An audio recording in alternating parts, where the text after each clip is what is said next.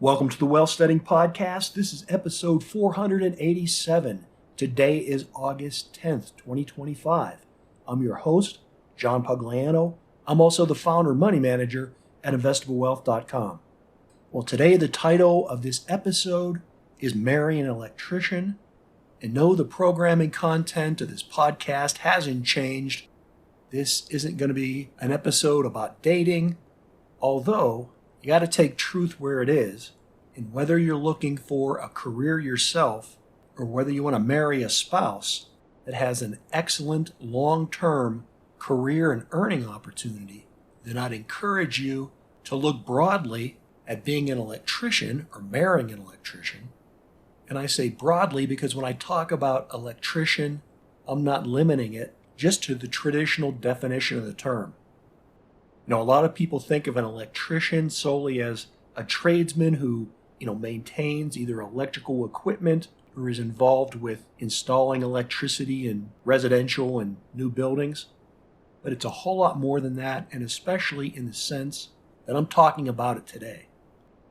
And as I transition here in a little bit from specifically talking about careers as an electrician and start talking about specific stocks, you'll see that that has a broad definition as well, especially when it comes to opportunity.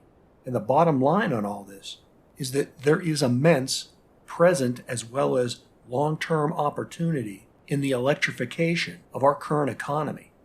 Because I would say there's been no time in the last 100 years when there's been such a demand for electricity and electrification across the entire spectrum of the economy, whether it's in transportation, or housing, or data centers, or factory, or automation, and whether it's renewable energy, or traditional forms of generating electricity, or portable generators, or nuclear energy.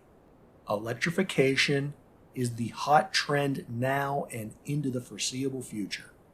And so as a career, whether you want to go the traditional route of being an electrician, consider the opportunities in just the wiring and maintenance of something like drones or robotics, or being a lineman, or for that matter, being an electrical engineer.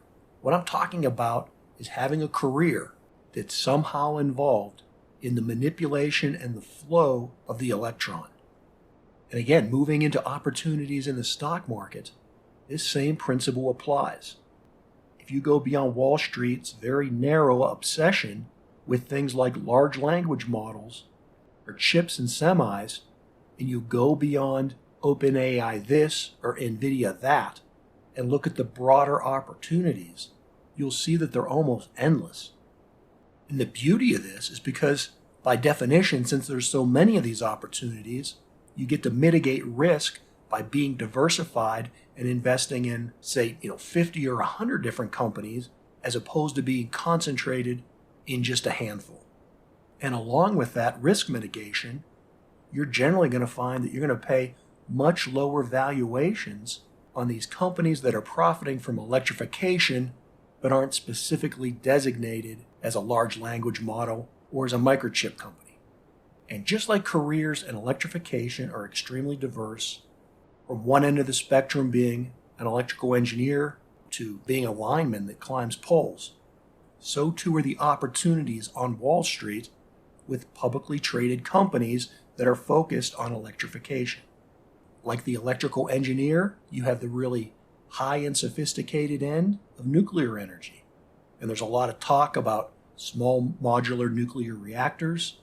And you know what? I haven't bought any of those stocks. In fact, I've purposely avoided them because I never like being on the cutting edge of technology. Generally, these companies aren't profitable, and the technology is just becoming commercialized. I don't want to take that risk when there's so many traditional nuclear energy opportunities. We're talking profitable companies that are in the here and now. A company like Cameco, a Canadian uranium miner. Or if you want to stay in the U.S., there's Centrus Energy, which is a uranium processor and refiner. And as far as a pure play in nuclear power generation, well, there's Constellation Energy. That's the company that's restarting 3 Mile Island.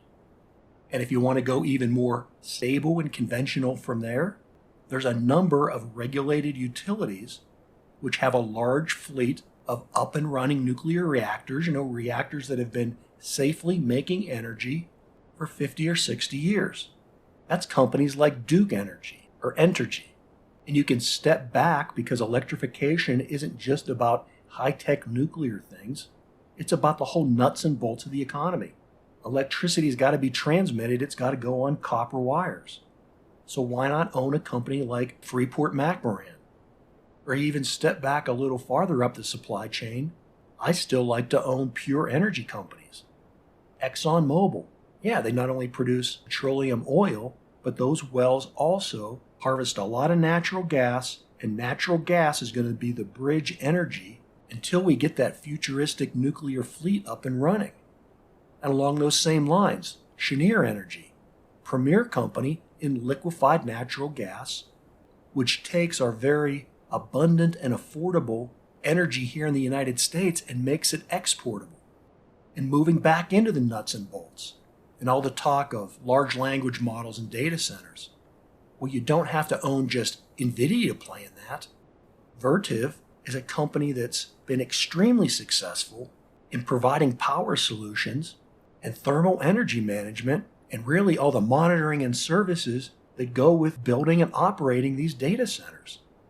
So by investing in a company like that, you're not only profiting from the initial installation and whatever technology comes along, it's an ongoing cash stream that doesn't look like it's going to be abated anytime for the foreseeable future. And whether it's those data centers or the reshoring of manufacturing in the United States, all that power generation requires environmental controls, and we're primarily talking about dissipating heat. So you need companies like Trane or SPX providing the HVAC that makes the cooling possible. And then whether it's automation or robots or drones or the physical connections, there's a cornucopia of companies. Rockwell Automation, Emerson Electric, Eaton, Honeywell, GE Vernova, and my favorite of all, Amphenol. Amphenol is one of these companies that not only produces stable growth, but has high-tech growth potential, and yet it's a company that's been around for nearly 100 years. And while you don't see their name in the media much, because they're not a fancy large language model or they're not a provider of silicon chips, what they do provide is all that integration and hardwired technology, from whether it be fiber optics to cabling, antennas, sensors, the whole interconnectedness of anything that's substantially electronic.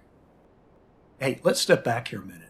Just because I love electrification and these nuts and bolts type industrial tech companies, it doesn't mean I hate the semis or software, the hyperscalers.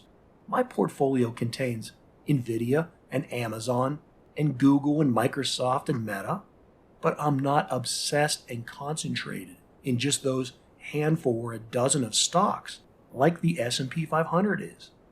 The S&P 500 used to represent risk-adjusted growth through diversification. In my opinion, it doesn't do that anymore. It's too concentrated in too few stocks. That's why I want my portfolio to not only own those big hyperscalers, but also that whole cornucopia of electrification type stocks that I just went through. Those and another 100 others. The bottom line is, whether you're looking for a career opportunity or a stock with growth potential, then there are plenty of opportunities out there, and I'd encourage you to do your research and your homework, and especially focus in on the electrification of the economy. Wait, thanks for listening. As always, until next time, this is John Pugliano wishing you the very best returns.